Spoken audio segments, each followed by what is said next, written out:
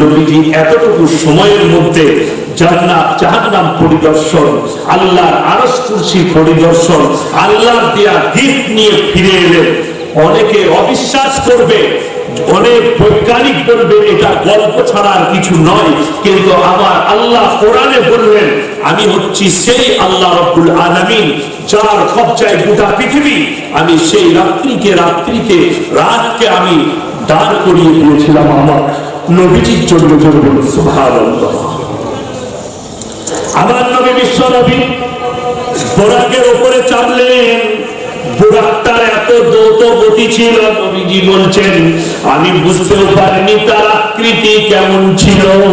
আমার নবী বিশ্ব নবী যাচ্ছেন, সঙ্গে আছেন হাজরাতে জিবরিল আমিন। প্রথম আসমান ভেদ করেছেন, দ্বিতীয়, তৃতীয়, চতুর্থ, পঞ্চম, ষষ্ঠম, সপ্তম, তারপরে সিদরাতুল মুনতাহা। সিদরাতুল মুনতাহায় বিরাট একখানা গাছ, তার চারিদিকে যেন নূরের চাদর বিছানো আছে। আমার নবীজি দাঁড়িয়ে গেলেন। জিবরিল আমিন বললেন ইয়া রাসূলুল্লাহ, ইয়া হাবিবাল্লাহ, এরপর আপনি চলে যান। নবীজি দাঁড়িয়ে গেলেন। আমার আল্লাহ আওয়াজ দিলেন, হে আমার বিশ্ব নবী, তুমি আমার আরশ কুরসির দিকে এগিয়ে এসো। ও আল্লাহ, আমি কেমন করে পেরিয়ে যাব? আমার নবী বিশ্ব নবীকে বললেন, হে আমার বিশ্ব নবী, তোমাকে আমন্ত্রণ জানানোর জন্য নূরের চাদরগুলো বিছানো হয়েছে। আমার নবী বিশ্ব নবী বললেন, হে জিবরিল, তুমি আমার পিছন থেকে কান পর্যন্ত, তারপরে তুমি কেন আমার সাথে যাবে না? হযরত জিবরিল বললেন, ইয়া রাসূলুল্লাহ, ইয়া হাবিবাল্লাহ, আমি যদি এখান থেকে একটা কদম আগে বাড়াই, সঙ্গে সঙ্গে আমি আগুনে পুড়ে ছাই হয়ে যাব, তাই এরপরে আমার যাবার কোনো অধিকার নেই। আমার নবী বিশ্ব নবী আরশে পৌঁছালেন। আল্লাহর আরশটা কতটা, আল্লাহর আরশ কত বড়, আমার নবী বিশ্ব নবী বর্ণনা করলেন। আমি এবং আল্লাহ যত দূরে বসেছিলাম, আল্লাহর আরশে আসমান থেকে জমিন এক থেকেও কি বেশি হতে পারে? যদি বলুন সুবহানাল্লাহ। আপনি ভাবতে পারেন, একটা ঘোড়া যদি টানা পঙ্খিরাজ ঘোড়া তার রফতারে যদি 1500 বছর ছুটে, তারপরে প্রথম আসমানকে ছুটে পারবে? যদি বলুন সুবহানাল্লাহ। জমিন থেকে প্রথম আসমানের দূরত্ব, তাহলে বুঝবেন আল্লাহর আরশটা, আল্লাহর পার্লামেন্টটা কত বড়। সামান্য একটা ছোট্ট পার্লামেন্ট নিয়ে আমেরিকা অহংকার করে পৃথিবীর মধ্যে সেরা পার্লামেন্ট হচ্ছে হোয়াইট হাউস। আল্লাহ বললেন আমারটা কত বড়, শুনে নাও। আমার নবী বিশ্ব নবী একদিকে, আল্লাহ একদিকে, মধ্যখানে পর্দা। আমার নবী বিশ্ব নবী বললেন, ওহে আল্লাহ, আমার মনেতে কিছু প্রশ্ন লেগেছে, আপনার কাছে আমি প্রশ্ন রাখছি। আমার আল্লাহ বললেন, হে আমার বিশ্ব নবী, আপনি বলুন। আমার নবীজি বলছেন, ও আল্লাহ, আমার 1 নম্বর প্রশ্ন, তুমি সুলাইমান নবীকে কি শক্তি দিয়েছিলেন? তার কথা জিন্নাতে বুঝতে পারত, পক্ষীরা বুঝতে পারত, তার কথা ইন্টারভাষা করত। তুমি আমাকে কি দান করেছো? হযরত মুসা নবীর আসাতে এমন শক্তি দিয়েছিলে, জমিনে মারা মাত্র সাফ হয়েছে, দরিয়ায় মেরেছে রাস্তা হয়েছে। ইউনূস নবীর দোয়াতে তুমি কত জোর দিয়েছিলে, মাছের পেটে দোয়া করেছে, মাছ তাকে 40 দিন হজম করতে পারেনি।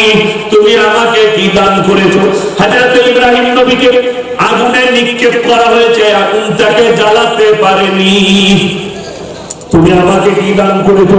আমার আল্লাহ বললেন, হে আমার বিশ্ব নবী, আমি তোমাকে যেটা দিয়েছি, বিশ্বের কোন নবী পয়গম্বরকে সেটা দিইনি।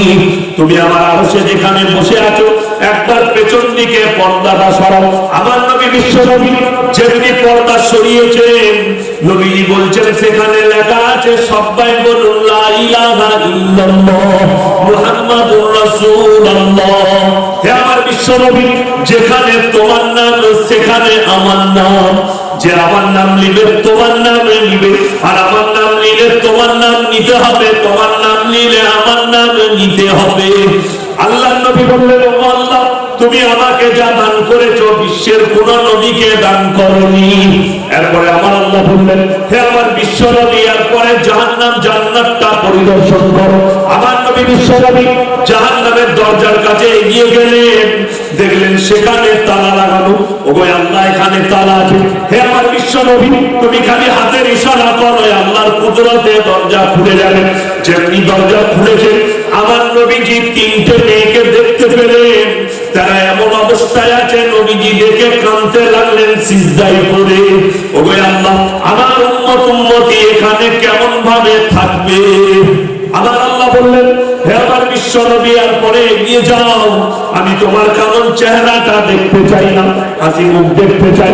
একবার এগিয়ে যাও, এর পরে জান্নাতুল ফিরদৌসের দরজা খুলো। 1 নম্বর জান্নাত, জান্নাতুল ফিরদৌস।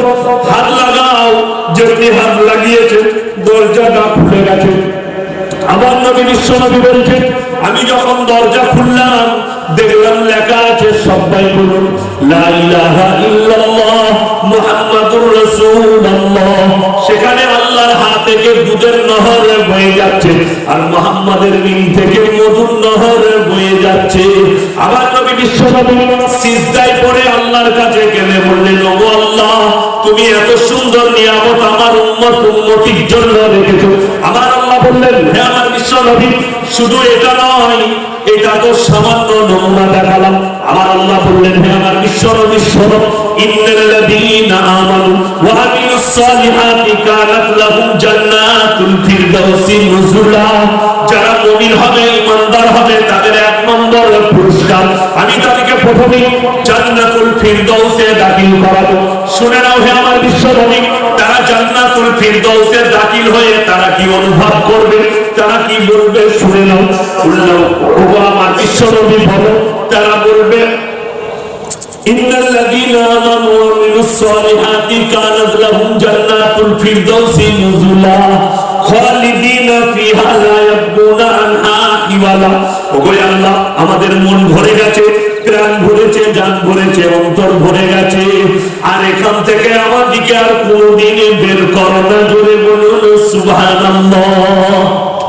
এরপর আমার আল্লাহ বললেন, হে আমার বিশ্ব নবী, তোমার উম্মতির জন্য এরপরে সবথেকে বড় যেটা উপহার, সেটা হচ্ছে 50 ওয়াক্তের নামাজ। নবীজি কত ওয়াক্তের বলুন? 50 ওয়াক্তের। 50 ওয়াক্তের নামাজ থাকলে খেতে পড়তে পারতাম আমরা? নবীজি কাঁদলেন আল্লাহর কাছে সিজদায় পড়ে। হযরতে আদমের সঙ্গে দেখা, হে মুহাম্মদ, তোমাকে কি দান করেছে আল্লাহ, উপহার কি দিয়েছে? বলে, আমাকে সবথেকে বড় উপহার দিয়েছে 50 ওয়াক্তের নামাজ। তোমার উম্মতি 50 ওয়াক্তের নামাজ আদায় করতে পারবে না, সবাই জাহান্নামে চলে যায়। নবীজি কাঁদতে লাগলেন সিজদায় পড়ে। আল্লাহ বললেন, চলো 5 ওয়াক্তের কমিয়ে দিলাম। আবার কিছু দূর যাওয়ার পরে আবার একটা নবীর সঙ্গে দেখা। সে বললে 45 ওয়াক্ত পারবে না। এইভাবে 9টা নবীর সঙ্গে দেখা হয়েছে, 9 বার আল্লাহর কাছে এসে সিজদায় পড়েছে। 5 9 45 রাকাত কি করেছেন? মাইনাস এনেছেন কত? মাত্র 5 ওয়াক্তের নামাজ। ওই জন্য হাদিস শরীফে এসেছে, নামাজকে মেরাজ বলা হয়েছে। মেরাজের রাত্রির উপহার, নামাজকে জান্নাতের খন্দক বলা হয়েছে।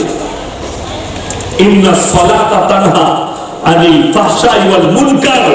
নিশ্চয় নামাজ এমন একটি ইবাদত, প্রত্যেকটা মানুষকে খারাপ কাজ থেকে আস্তে আস্তে বিরত করে। জোরে বলুন সুবহানাল্লাহ। আপনি গুনাহ করছেন, নামাজ পড়ুন, আস্তে আস্তে গুনাহ থেকে নামাজ আপনাকে সরিয়ে নিয়ে আসবে।